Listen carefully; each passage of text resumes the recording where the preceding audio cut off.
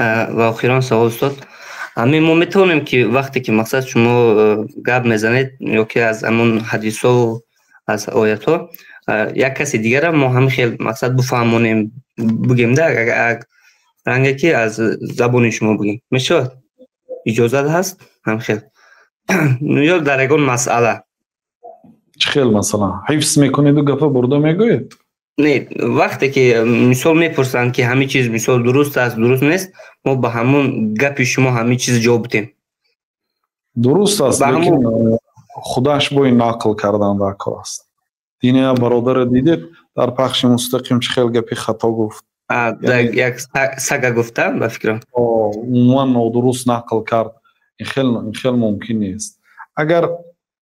اگر مثلا ملکه خودش باید نقل کردن نداشته باشید، مثلا ما یک روز دانشجوی مدرسه بودیم، یک استاد ما تقریبا 20-40 نفر بودیم در یک لبی دریا، یک برای استراحت رفته بودیم.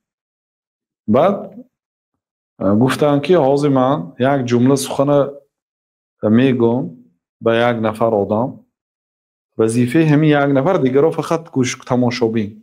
همین یک نفر سخنی که از من شنید به وای آدمی که 4 نفر بیرون بمانده، اون 4 نفر گپ نمیشنه، دور به 4 نفر اختیار کردن شما رویتون دور به گپ نمیشنه دیگه جاوه. و همین یک آدم دو جمله گپ زدن.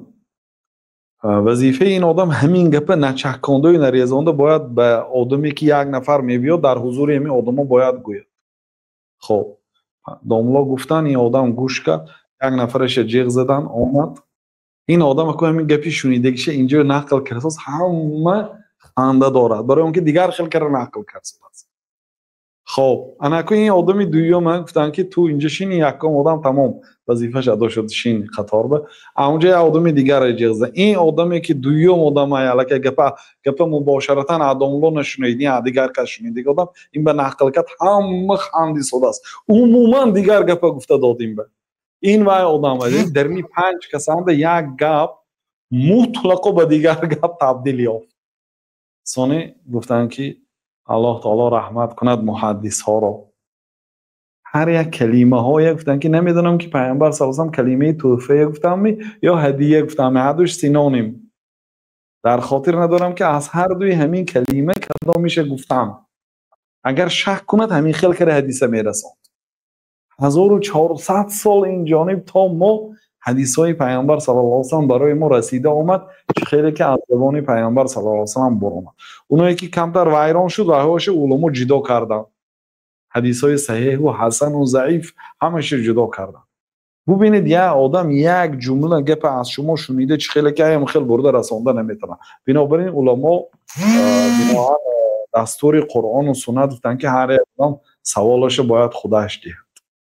این برنامه هم برای همین تشکیل کردیم که سوالش خودش دید تا اینکه جمله هایی که نوشته میشد گاه دو معنا میتید. جوابم خودش فهمد که با ما سوالش نادرست فهمیده دیگر مسئله و جواب نگوییم، یا اینکه آدمی مبین روک جواب نادرست فهمیده نادرست برده نرساند.